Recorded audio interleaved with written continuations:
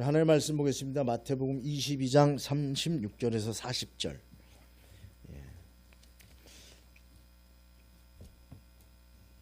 그리고 우리 PPT는 출애굽기 20장 1절부터 17절까지도 좀 찾아주세요. 십계명 나오는 마태복음 22장 36절에서 40절 저희는 그거 찾아놓고요. 교독하도록 하겠습니다. 마태복음 22장 36절부터 40절입니다.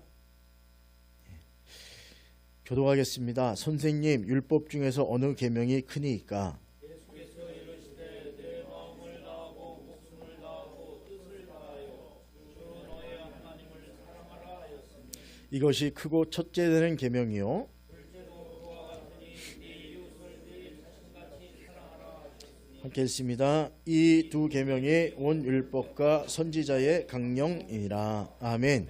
기도하겠습니다. 하나님 감사합니다. 오늘도 우리가 잘 아는 말씀이지만 말씀을 상고할 때 다시 한번 결단의 시간이 되게 하시고 하나님을 높여드리는 결단에 있는 아름다운 시간 될 수 있도록 주님 함께해 주시며 전하는 자나 듣는 모두가 하나님의 말씀에 순종할 수 있는 귀한 역사를 허락해 주시옵소서. 예수님의 이름으로 기도드리옵나이다. 아멘. 우리가 이 세상을 어떻게 살아가야 하는가, 생활의 표준에 대해서 얘기했죠. 그러면서 먹든지 마시든지 주의 영광을 위해서 하면 된다. 지난 시간에 우리가 상고했어요. 그리고 나가지고 하나님은 확실한 표준을 제시해 주셨어요. 그냥 하나님의 영광 그러면 헷갈리잖아요. 도대체 뭐야? 저는 어렸을 때 신앙생활 하면서 맨날 영광 뭐 어떻게 하라 그렇게 하는데 기본적으로는 알아듣겠단 말이죠. 근데 구체적으로 어떻게 영광을 돌리라고 하는 것을 가르쳐 주는 게 조금 약간 부족했던 것 같아요. 그냥 전체적으로 아울러서 하는 설교는 많이 들어봤는데 그러면서 성경 말씀에 없냐? 다 있습니다. 바로 십계명에 그런 거예요.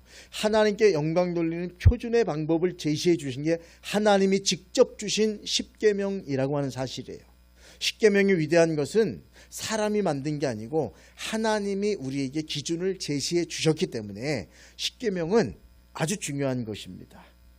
인생의 헌장이다 이렇게 오늘 말씀처럼 표현할 수 있어요. 인생에서 우리가 기억해야 되고 따라야 될 아주 기준이 되는 말씀이란 뜻입니다. 성경 한마디로 말하면 다른 거 없이 한번 따라해주세요. 믿음 안에서 사랑하며 살자. 이게 기준이에요. 이게 전체적인 베이스는 그거예요.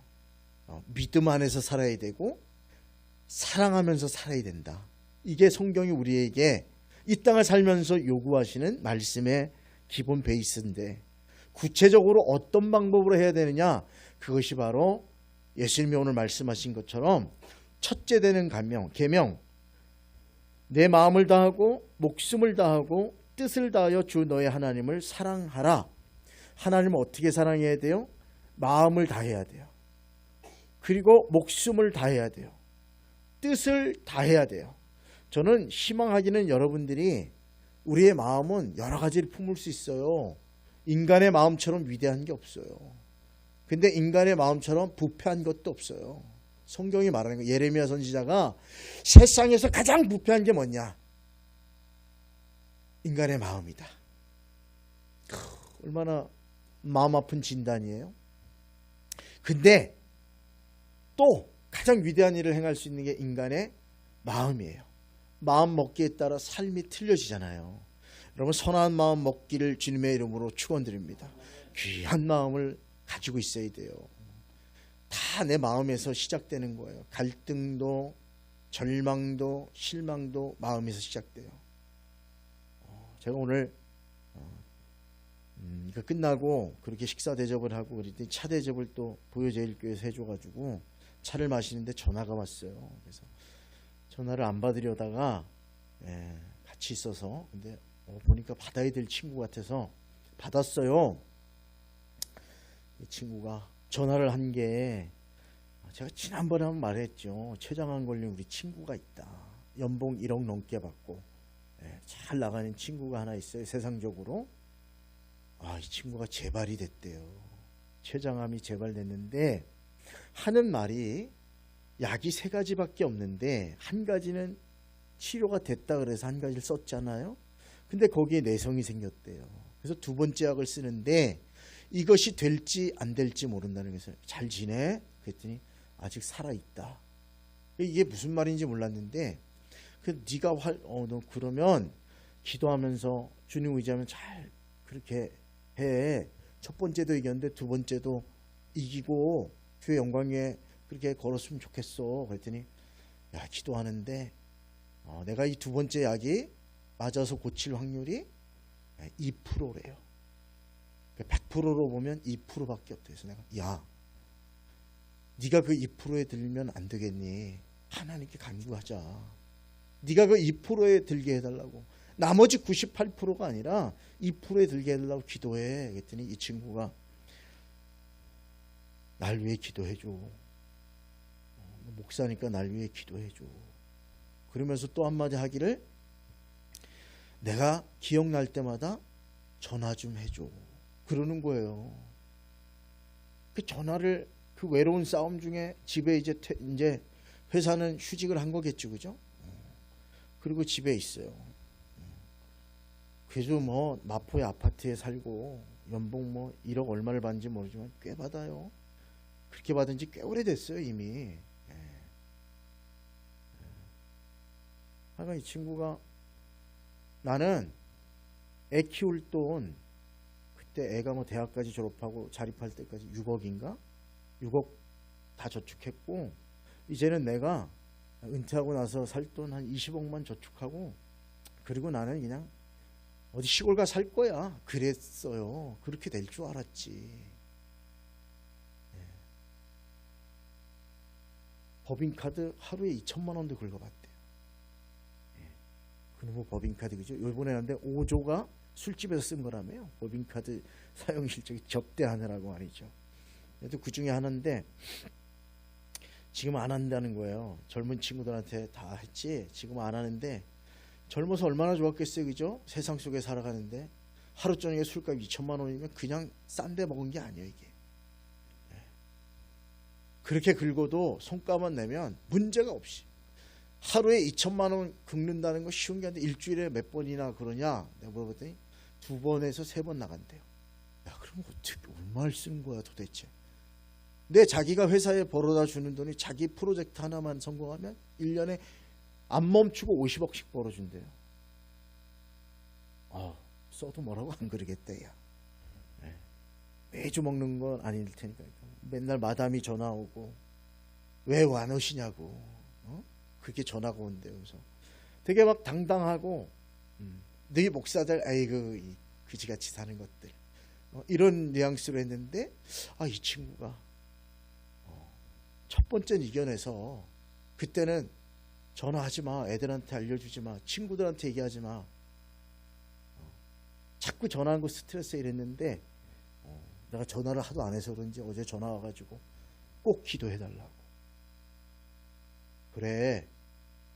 나 기도할 거야. 하나님 살아계시고 너 그 2%에 들어갔으면 좋겠다. 그랬더니 소망을 버리지 마.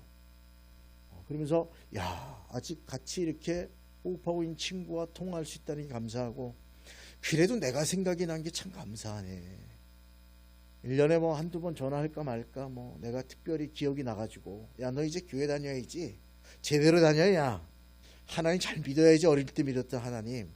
그러면 씩 웃고 놀러 나와. 맛있는 거 사줄게. 안 갔어요. 근데 갈 일도 없고 서울까지 갈 일도 없고 인천에 있을 때도 들리기 어렵고 전화 통화만 했는데 그래서 요즘은 그렇게 긁고 술 안 먹냐? 웃으면서 살아야지. 그게 무슨 소용이냐? 기도하자.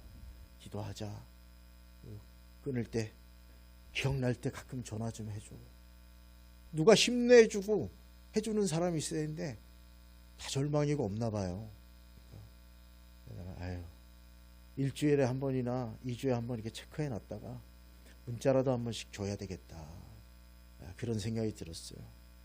여러분, 우리는 이 땅을 살면서 우리도 언젠간 그런 순간이 올 때가 있겠죠. 근데 저와 여러분은 구체적으로 뭐 세상에 성공했다는 소리 듣고 뭐 잘 살았다는 소리 듣고 뭐 이런 소리 들을 수도 있지만 최고 중요한 것은 우리가 하나님 앞에 갔을 때 어떤 현장에 있었을지라도 하나님 은혜 때문에 잘 걷다가 왔습니다. 모든 게 주님의 은혜였습니다 라고 고백하고 우리의 삶이 끝나는 순간에도 절망과 실망이 아니라 오히려 감사를 찾고 어차피 세상 모두가 가야 될 길인데 그 길을 담대히 갔으면 좋겠고, 저는 희망하기는 여러분들 질병 가운데서도 이겨낼 수 있길 바라고 소망을 갖길 바라고, 그리고 이왕이면 좀 건강하게 그렇게 걸어가시다가 부름받을 수 있는 삶이 될 수 있기를 바랍니다. 제 소원이에요. 그리고 병을 가지고도 요번에 뭐 리본 왔는데 한 여자분이 오셨어요. 그분이 그죠? 제주도에 겨울에 출퇴 가고 여름엔 여기에 산다고. 그래서 부여에 암 환우들을 위한 모임이 있다 그래서 용기 내서 왔다. 중간에 나가려고 그러더라고요. 끝날 때쯤 기도를 해야 할 때 가더니 차를 다시 돌려서 왔어요. 그리고 그런 소개 이야기를 하고 기도를 받고 갔거든요. 근데 그게 가능한 일인지 모르겠지만 아마 낫다가 재발됐다 또 뭐 이렇게 된 거죠. 자, 그때 난 그게 이해가 안 되는데 그럴 수도 있겠다. 근 20년 동안 이 병과 투쟁하고 그렇게 살고 있다. 그래서 내가 병을 안고도 20년을 살 수 있나 보다. 그런 생각을 했어요. 병을 안고도 살 수 있고요. 어떻게든 살 수 있는데 그 삶의 모든 현장에서 하나님께 영광을 돌리는 그런 삶을 살 수 있기를 주님의 이름으로 부탁을 드립니다. 그 첫 번째 구체적인 게 인생의 본분을 잊지 말아야 돼요. 우리는 하나님의 다른 신을 섬기지 말라고 첫째 계명이 그래요. 모든 만물과 사람은 하나님을 찬양하기 위해서 창조된 존재예요. 저와 여러분의 인생의 본분이 가장 첫 번째 지켜야 될 게 하나님을 찬양하기에 만들어졌다는 사실을 잊지 마시길 바랍니다. 그래서 하나님을 경외하고 그 명령을 지키는 게 인생의 본분이라고 전도서 12장 13절에 얘기해요. 솔로몬의 인생을 다 부자로 살아보고 절대 왕권으로 살아보고 하루에 소를 몇십 마리 잡고 1000마리 양을 잡고 잔치를 벌이며 매일 그렇게 살았고 첩첩이 1000명이고 그렇게 호화로운 삶을 살았는데 그가 인생 마지막에 깨달은 게 그거예요. 인생의 본분은 하나님을 경외하고 그 명령을 지키는 것이다. 이것이 지혜의 근본이다. 그렇게 얘기해요. 따라서 하나님을 경외하고 명령을 지키는 것, 그리고 목숨을 다한다는 것, 하나님을 뜨겁게 사랑하는 것, 하나님을 첫 번째 제일주의로 놓고 사는 게 인생의 본분인데, 다른 사람들은 그걸 몰라도 이제 영원한 구원의 약속을 받은 우리들은 그 본분을 잊지 말고 지킬 수 있기를 주님의 이름으로 부탁을 드립니다. 그래서 한번 따라해볼까요? 하나님 먼저, 다른 건 두 번째. 이게 우리 본분이에요. 하나님 먼저, 다른 건 두 번째. 영어로 하더라고요. God first, other second. Last myself. 마지막이 나 자신이다. Jesus first, our second, last my life. 이게 우리 인생의 본분이에요. 첫째는 하나님, 그 다음의 것들. 그러니까 그 다음 거는 제일 쉬운 게 뭐예요? 가족이라 생각하세요. 나보다 가족, 이웃이 먼저가 돼야 돼요. 하나님 사는 이웃사람. 그리고 맨 마지막이 나 자신의 유익이에요. 이 질서를 지키면 문제가 없게 되는 거예요. 이런 삶이 하나님을 기쁘시게 하는 삶이다. 옆분들하고 인사해 보세요. 하나님 먼저, 그 다음에 당신이 다음, 나는 마지막. 이대로만 사시면 돼요. 그 다음에 우리 이현병 원사님 첫 번째가 누구라고요? 두 번째는 누구? 알긴 잘하시네. 마지막은 myself. 이 질서만 지키면 영광 돌리는 삶이에요. 두 번째로 생활 자세에 대해서 얘기했어요. 출애굽기 21장에 보니까 두 번째 계명이 뭐예요? 우상 숭배하지 말라. 이 생활의 자세요. 만물의 영장인 사람은 물질과 우상을 숭배하면 안 돼요. 물질과 우상들은 우리보다 아래에 있는 존재들이에요. 근데 우리는 그 우상에게 절하고 큰 바위, 큰 산, 큰 동물에게 절하고 우상 숭배했어요. 나보다 강해 보이니까. 근데 사람보다 강한 존재는 없어요, 세상에서. 하나님이 첫 번째고 천사보다 조금 못하게 만드셨다 그랬어요. 그리고 신과 같다, 성경은 말해요. 한번 옆분들 한번 보세요. 하나님 같습니다. 인사해 보세요. 제가 이러니까 이단 같죠. 성경에 나와 있어요. 시편에 사람은 신과 같은 존재다. 할렐루야. 위대한 존재예요. 사람은 진짜 위대한 존재들이에요. 그런데 물질을, 우상을, 만물을 어떻게 하랬어요? 다스리라 그랬어요. 근데 그 만물에다가 절을 해대고 그 뒤에 마귀가 붙고 그 뒤에 사탄이 붙어갖고 신비로운 역사를 일으키잖아요. 저는 되게 신기했던 게 하나님의 역사를 못 믿는데 하나님이 오늘 치유해 주시고 만져주시고 기도에 응답 주시는 걸 못 믿는 사람 되게 많은데 왜 무당이 작두 타는 건 눈으로 뻔히 보면서 왜 그걸 못 믿지? 난 무당들이 더 설칠 때마다 더 감사한 건 저것들이 설칠 때마다 하나님은 더 확실하게 살아계시는구나. 마귀도 귀신도 저런 역사를 일으키는구나. 근데 우리 주님이 역사하시는 건 믿으시기 바랍니다. 믿은 대로 되는 거예요. 목사가 부족하잖아요. 그래도 목사는 축복의 통로로 세우신 거예요. 그래서 그 못난 엘리가 그죠?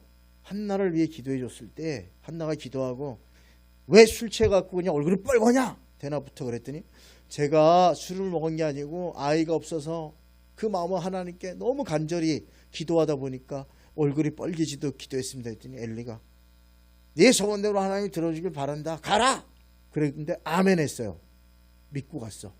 그리고 낳은 사람이 사무엘이요. 그 다음에 형제들을 줄여놨어요.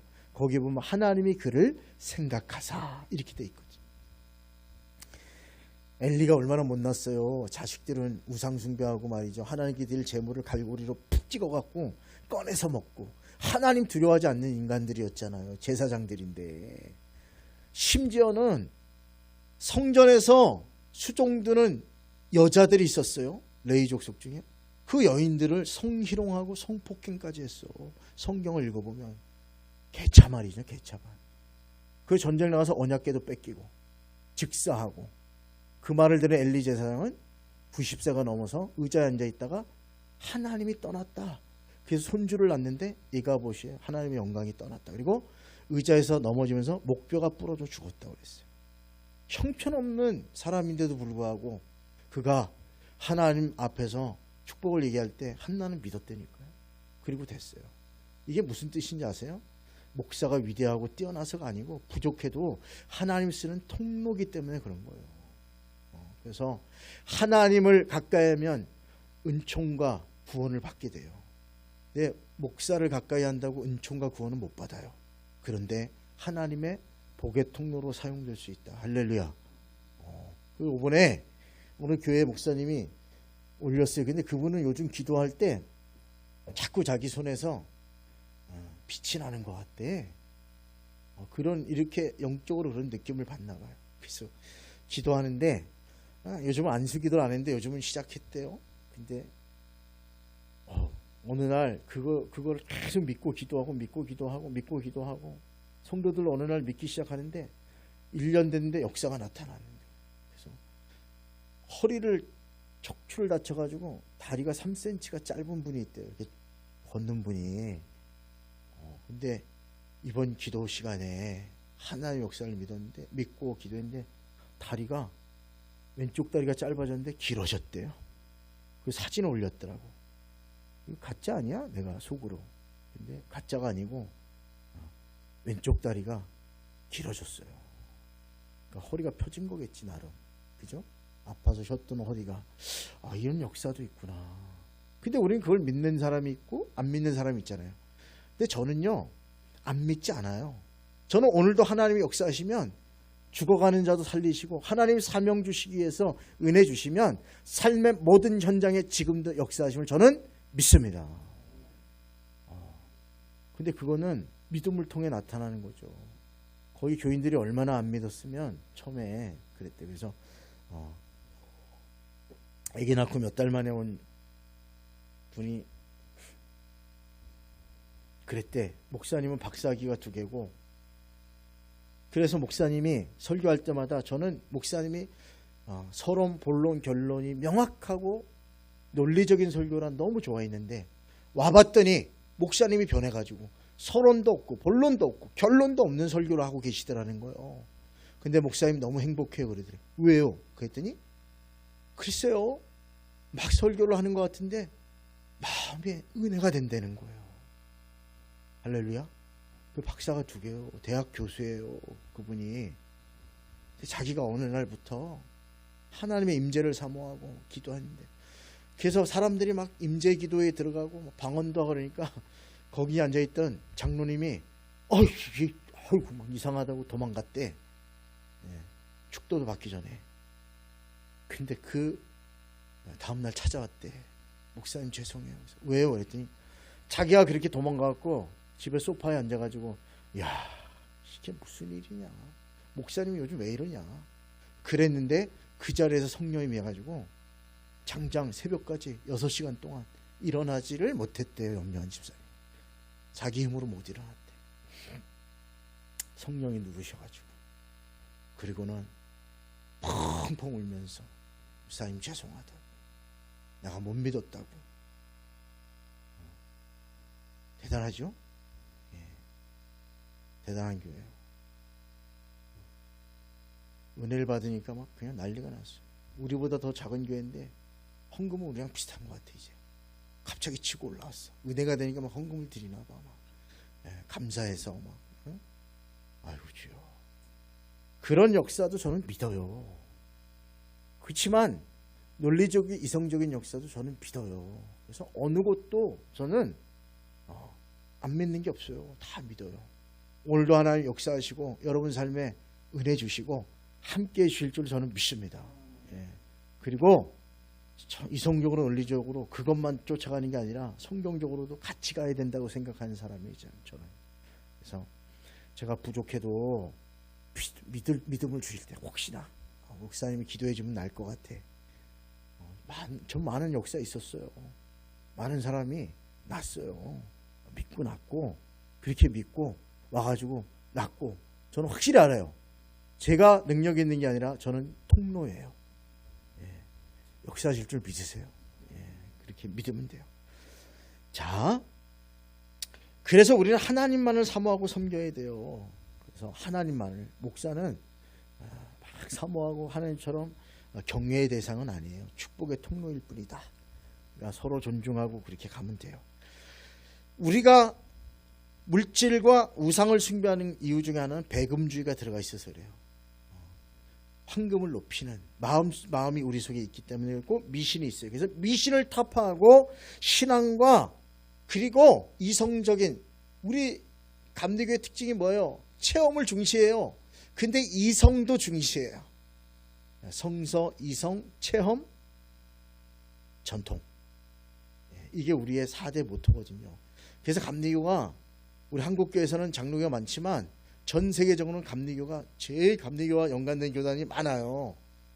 제일 단단한 교단이에요. 순복음도 거기서 나온 감리교에서 나온 거예요. 성령운동을 감리교가 자꾸 잊어버려서 나사렛 교단도 감리교에서 나온 거예요. 형제 사랑을 잊었다. 성결교단도 성결의 교리가 약해졌다. 그래서 감리교에서 나온 거예요. 다 감리교에서 나온 거예요. 전 세계 교단 중에. 그러니까 웨슬리라고 하는 분은 대단한 분이에요. 이성적이고 대학 교수답게 설교를 했지만 성령이 강력하게 역사해가지고 거짓말처럼 기록된 기록에 보면 여기 앉아있다 뒤로 날아가요. 사람 설교 중에. 설교를 4시간 5시간 논리적으로 하는데 설교가 문제가 아니고 성령이 그 자리에 역사하셔서 뒤로 날아가기도 하고 넘어지기도 하고 공중으로 팡 떠서 떨어지기도 하고 수많은 역사들이 있어요. 근데 이분은 예수 이름으로 설교 시간에 절제시켜요. 절제를 해요. 그 통성기도가 한국에 시작됐지만 사실은 웨슬리 목사님을 통해서 합심 기도회가 그때 있었어요. 합심 기도. 그럼 얼마나 깐깐했는지 우리는 그렇잖아요. 뭐 예배 빠지고 속회 빠지고 이러면 근데 웨슬리 목사님 초기에는 알죠? 신도회라는 게 있었어요. 밴드 말고 속회 말고 그 위에 그 중에서 하나님 뜻대로 살려고 하는 사람들이 신도회로 모여서 기도회를 따로 했어요. 근데 거기는 예배를 뭐 2번 빠졌다 그러면 제명이에요. 제명. 오지 말라 그래요. 오시지 않아도 된다. 아주 철저히. 그래서 메소디스트예요. 규칙주의자들. 그 규칙에 어긋나면 가라고. 그러면 나중에 다시 성령이 임하셔서 눈물 흘리고 회개하고 돌아와서 삶을 살았어요. 이게 감리교의 시작이에요. 그래서 메소디스트예요. 규칙쟁이들, 철저한 규칙주의자들 이런 뜻이거든요. 이제 많이 그게 약해졌잖아요. 여러분, 그래서 신앙적인 노력과 더불어 이성적인 노력으로 하나님을 우상숭배하지 않는 그런 삶을 사는 게 하나님을 섬기는 자세예요. 그래서 세상에 돈을 사랑치 말고 세상의 것들 섬기지 말고 우상 섬기지 말고 그런 자세로 살아갈 수 있길 주님의 이름으로 부탁을 드립니다. 세 번째 계명은 하나님의 이름을 망령되게 일컫지 마라. 막 저게 나오네요. 이거 다음 주에 이어서 해야 되겠네. 한번 같이 7절 읽을까요? 시작. 너는 내 하나님 여호와의 이름을 망령되게 부르지 말라. 여호와는 그의 이름을 망령되게 부르는 자를 죄 없다 하지 아니하리라.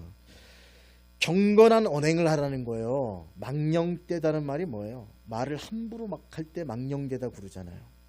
하나님의 이름을 남용하거나 모독하거나 원망하지 말고 전능하신 하나님 앞에서 경건하게 말하고 행하며 하나님의 이름을 높여드리는 언행을 살아야 된다. 그래서 여러분 이제 농담도 잘하고 위트도 있고 이런 사람들을 좋아하잖아요. 그럼에도 불구하고 신앙의 부분에 있어서는 하나님을 향한 것이니까 그 부분에 있어서는 언행을 삼가할 수 있는 저와 여러분 될 수 있길 주님의 이름으로 부탁을 드립니다. 네 번째는 안식일을 기억하여 거룩히 지키라.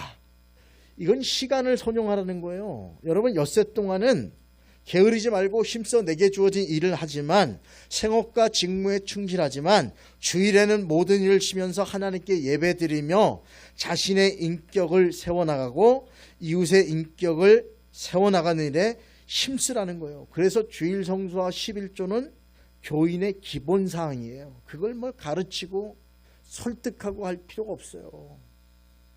제가 얼마 전에 글을 올렸더니 우리가 뭐 다 뭐 알면 알겠지만 퇴직하면서 퇴직금의 11조를 냈더라고요. 그래서 11조를 숫자가 잘못됐나 이렇게 보는데 남아서 제가 목회하면서 집 팔아가지고 11조 낸 분도 봤다.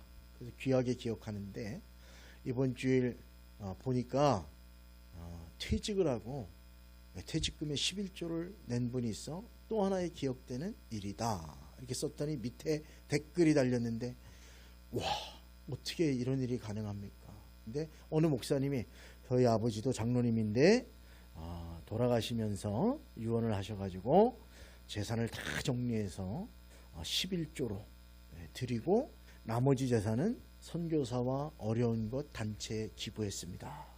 그래서 내가 목사님 존경합니다. 이렇게 댓글을 달았어요. 그때 어느 분이 요즘 11조 내기 어려운데 대단하십니다. 이렇게 해놨더라고요. 그래서 제가 11조는 하나님 말씀과 믿음에 대한 감사의 당연한 표현이다. 이렇게 써 있었거든요. 그러니까 그분이 그렇게 달았길래 제가 하나님의 은혜에 감사하면 드리지 말래도 드립니다. 그랬더니 당연하지요. 이렇게 달아놨더라고요.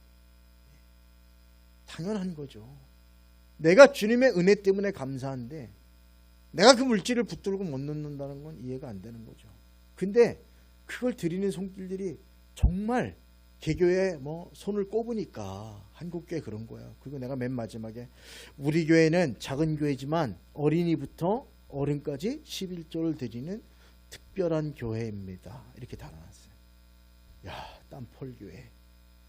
작은 교회지만 아이들부터 어른까지 11조 드리려고 정말 감사의 생활하려고 사는 성도들이 모여있는 교회군요.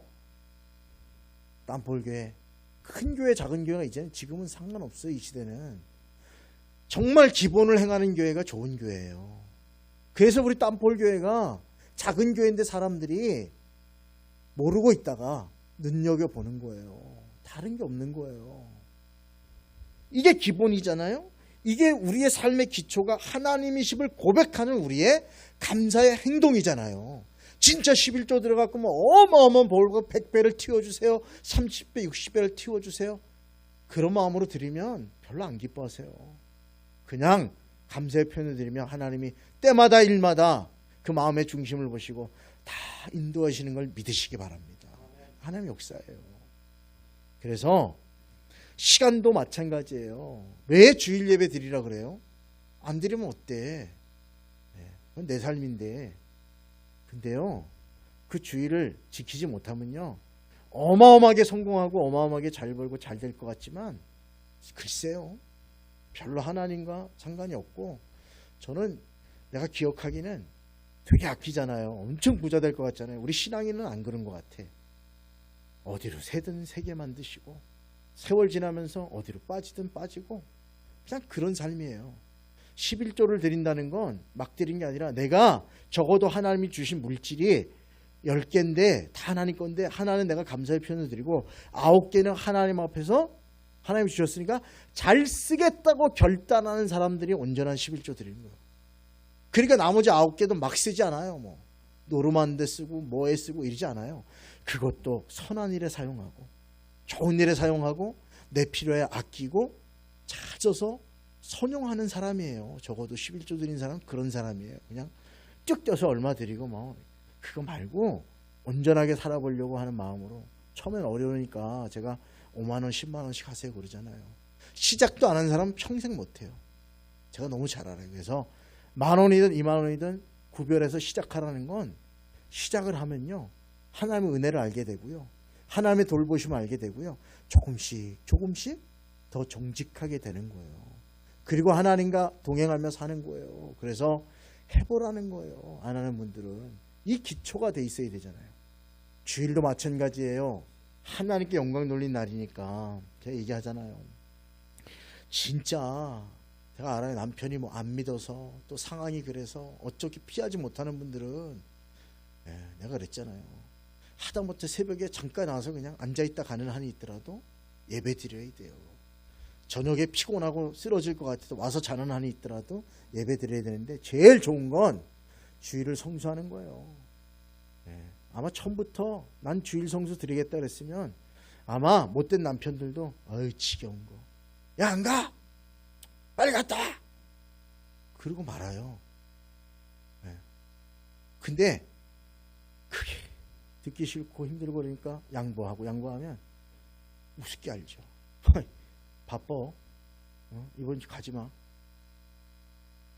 근데 죽어도 간다. 죽어도 간다 나는. 그러면 나중에 그래요. 빨리 갔다 오라고. 군대도 마찬가지잖아요. 해병대 갔는데 누가 그랬잖아요.